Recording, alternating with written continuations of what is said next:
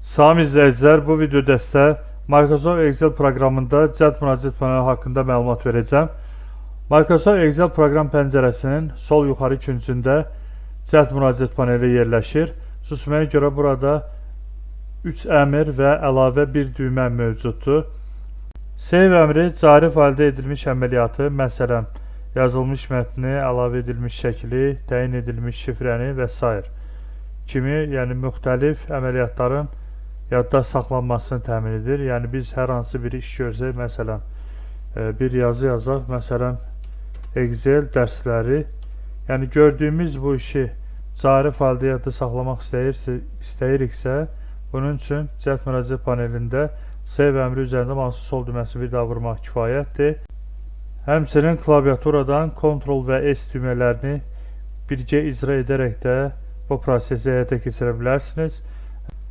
Növbəti əmr undo əmridir. Undo əmri edilmiş əməliyyatı ləğv edir. Bayaq bir yazı yazmışdıq, yəni yazı işi görmüşdük. Bunun üzərində mouse'un sol düyməsini bir daha vursaq, həmin əməliyyatı, yəni yazı əməliyyatını ləğv edəcəkdir. Növbəti əmr redo əmridir. Redo əmri isə ləğv edilmiş əməliyyatı bərpa edir. Yəni üzərində mouse'un sol düyməsini bir daha vursaq, ləğv edilmiş yazı işini bərpa edəcəkdir. Yəni həmin yazı işi əməliyyatını. Həmçinin bu əmrləri klaviaturadan Ctrl-Z və Ctrl-Y düymələrini müvafiq olaraq icra etməklə həyata keçirə bilərsiniz. Belə ki, Ctrl və Z düymələrini icra edirəm. Görürsünüz, əməliyyat ləğv olundu və Ctrl-Y düyməsini birgə icra etsək, ləğv edilmiş yazı əməliyyatını bərpa edəcəkdir. Həmçinin bu Ctrl-Z və Ctrl-Y düymələr kombinasiyasına əlavə olaraq başqa qısa yolla da həyata keçirmək olur. Məsələn, Alt və Backspace düyməsini icra etsəz, əməliyyatı ləğv edəcəkdir və klaviaturadan F4 düyməsini icra etsəz, ləğv edilmiş əməliyyatı bərpa edəcəkdir.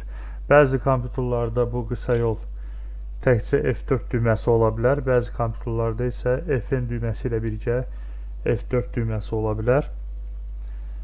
Bunu nəzərə alasınız. Növbəti əmr Customize Access Toolbar əmridir.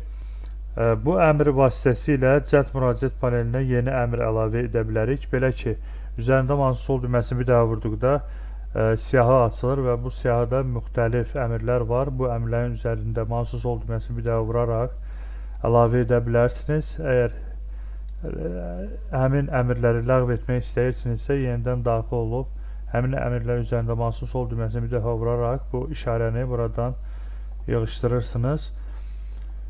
Burada belə deyək, bu xəttə kimi müxtəlif əmrlər təklif edilib.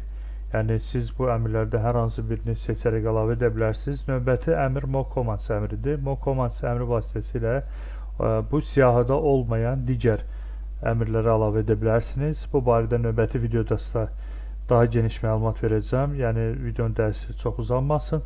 Ən sonda isə Show Below the Ribbon əmri var. Bu əmr vasitəsilə cəld müraciət panelinin yerini dəyişdirə bilərsiniz. Üzərində mouse'un sol düyməsini bir daha vurduqda gördüyünüz kimi lentdən aşağıya doğru cəld müraciət panelinin yeri dəyişdi və yenidən yuxarıya əlavə eləmək istəyirsinizsə, burada Show Below the Ribbon əmri Show Above the Ribbon əmri ilə əvəz olunduğunu görürsünüz. Bu əmr üzərində mouse'un sol düyməsini bir daha vursanız, yenidən lentdən yuxarıya doğru cəld müraciət panelini təyin edəcəkdir. Həmçinin bunu etməyin digər üsulu da nədir? Cəld müraciət panelində hər hansı əmr üzərində mouse'un sağ düyməsini vurursunuz. Açılan kontekst menüdən də bu prosesləri həyata keçirmək olar. Deməli, Show Quick Access Toolbar Below the Ribbon, yəni deyir, cəld müraciət panelini lentdən aşağıda göstər. Bunu icra eləyəndə gördüyünüz kimi aşağıda təyin olundu. Yenidən sağ düyməni vururam hər hansı bir əmr üzərində və Show Quick Access Toolbar Above the Ribbon, yəni lentdən yuxarıda göstər.